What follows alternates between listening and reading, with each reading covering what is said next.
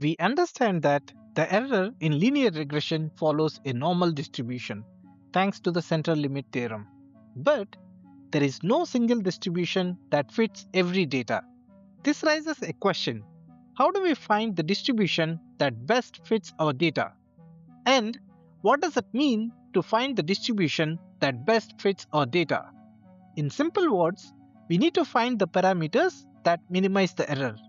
We can do this by using a technique called maximum likelihood estimation.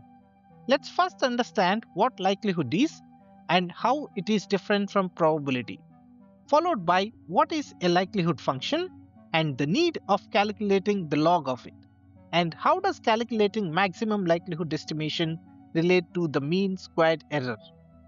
When we look at the terms likelihood and probability, it is obvious to think that they both are the same thing.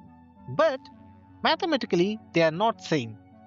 Probability is the art of estimating an event occurring given that we have the model or parameters, whereas likelihood is about estimating the model parameters given that we have the data. In machine learning, we have the data available and we need to find the parameters that best fits our data. So, we would be using likelihood more often than probability. Likelihood function is used to calculate the likelihood estimate for the given data, then to find the best estimate from it. It is the product of probabilities of every point in the dataset. As the data grows, the product of the probabilities tend to become zero and finding the maximum likelihood would become difficult. To avoid this issue, we calculate the log of likelihood.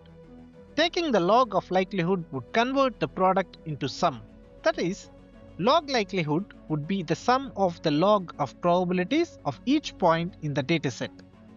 This makes the calculation easy and helps in finding the maximum likelihood estimation. Let's get straight into the code to calculate the maximum likelihood and mean squared error and see how they are related.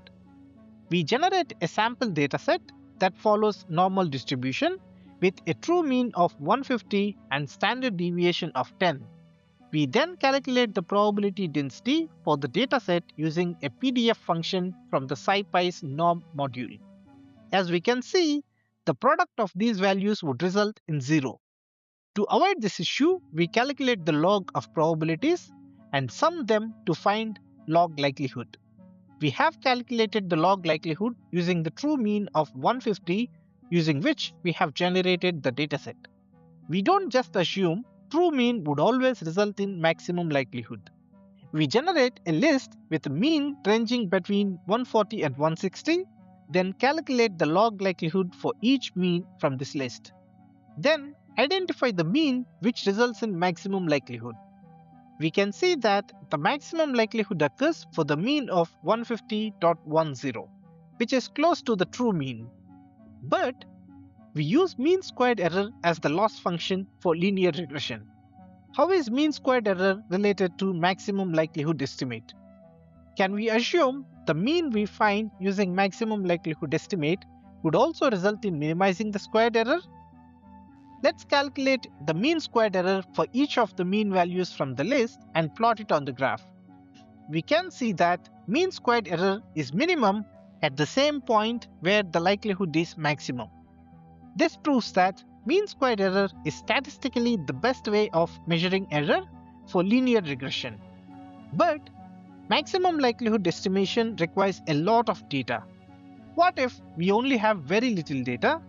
What if we have prior knowledge of the environment without even looking at the data? We need to follow a different approach like Bayesian Inference for this case. And this is what we are going to decode in the next video.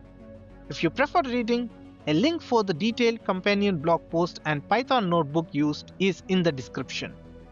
If this video helped you understand maximum likelihood estimation, hit that like button and consider subscribing to continue decode the complexities of machine learning.